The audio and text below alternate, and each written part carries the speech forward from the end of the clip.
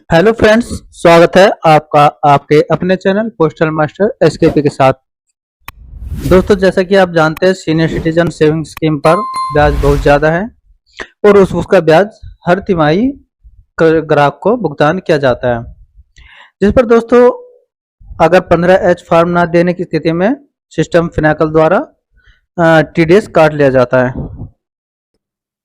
दोस्तों, जो टीडीएस काटा जाता है वो उसकी रिपोर्ट हेड ऑफिस को भेज दी जाती है, जो कि हेड ऑफिस द्वारा उसको टीडीएस ब्रांच में ट्रांसफ़र कर दिया जाता है। टीडीएस ब्रांच में ट्रांसफ़र करने के बाद दोस्तों जो टीडीएस ब्रांच द्वारा आगे की कार्रवाई की होती है वो करके उसको इनकम टैक्स विभाग द्वारा को भेजा जाता है। दोस्तों, जो आपका डाटा है वो इनकम टैक्स विभाग को जाने के बाद वो अपलोड कर दिया जाता है उनके द्वारा। वो कस्टमर द्वारा आईटीआर फाइल करके अपना रिफ़ंड वापस करा सकता है, लेकिन कस्टमर ऐसा होता है वहाँ से भी रिफ़ंड करा लेगा, और यदि वो 15H फॉर्म देके एचआरएफ टीडीएस कमांड से रिफ़ंड करवा रहा है तो पोस्ट से रिफ़ंड कर रहा है तो वो वहाँ से भी रिफ़ंड करते हैं, जो कि गलत है। यदि एक बार आपका डाटा पोर्टल पर चढ़ गया इनकम टैक्स विभाग की, तो अगर आप उसको रिफ़ंड कर रहे हैं तो वो गलत है, उससे डबल पेमेंट होने की भी संभावना रहती है। तो इसी के उद्देश्य को ध्यान में रखते हुए दोस्तों विभाग द्वारा एचआरएफ टीडीएस को कमांड को डिसेबल किया गया या डिसेबल करने जा रहे हैं। तो आइए दोस्तों मैं आपको इस लेटर के बारे में जानकारी दूं, क्या क्या है इस लेटर में। तो ये लेटर है ministry of communication department of post का FH division. It is come to this notice of this directorate that some post offices are refunding TDS amount to customer which have already been deducted in Finacle by using HRF TDS menu, which leads to non-tallying TDS booked amount with Finacle data. To avoid such practice in future, the complainant authority has decided to restrict to the use of HRF TDS menu in Finacle for these field units. तो HRF TDS में जो मेनू है Finacle में वो बंद कर दी गई है, रेस्ट्रिक्शन लगा दिए गए हैं। Further till necessary changes are made in Finacle और non deduction of TDS amount for NSS 87 claim cases.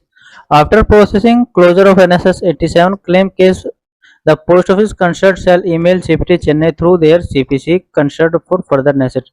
यदि कुछ ऐसी स्थिति होती है तो दोस्तों उसका सॉल्यूशन मात्र सीपीटी से होगा। सीपीसी के कंसर्न से आप मेल करोगे, आप अपने डीओ द्वारा मेल सीपीसी को भेजोगे और उसका सॉल्यूशन आगे सीपीसी के द्वारा ही कराया जाएगा। उसके बाद दोस्तों for senior citizen savings scheme, the concerned post office has to ensure that Form 15G or H received from the customer is promptly updated in the system। जो सीनियर सिटीजन सेविंग स्कीम है तो concern post office को 15G और 15H form customer से लेने के तुरंत बाद ही अपडेट कर दिया जाना चाहिए। In the event of non updation of the scheme, यदि जो 15H या 15G फॉर्म में अपडेट नहीं किया जाता है और the system will deduct the TDS, और सिस्टम द्वारा टीडीएस डिडक्ट कर लिया जाता है।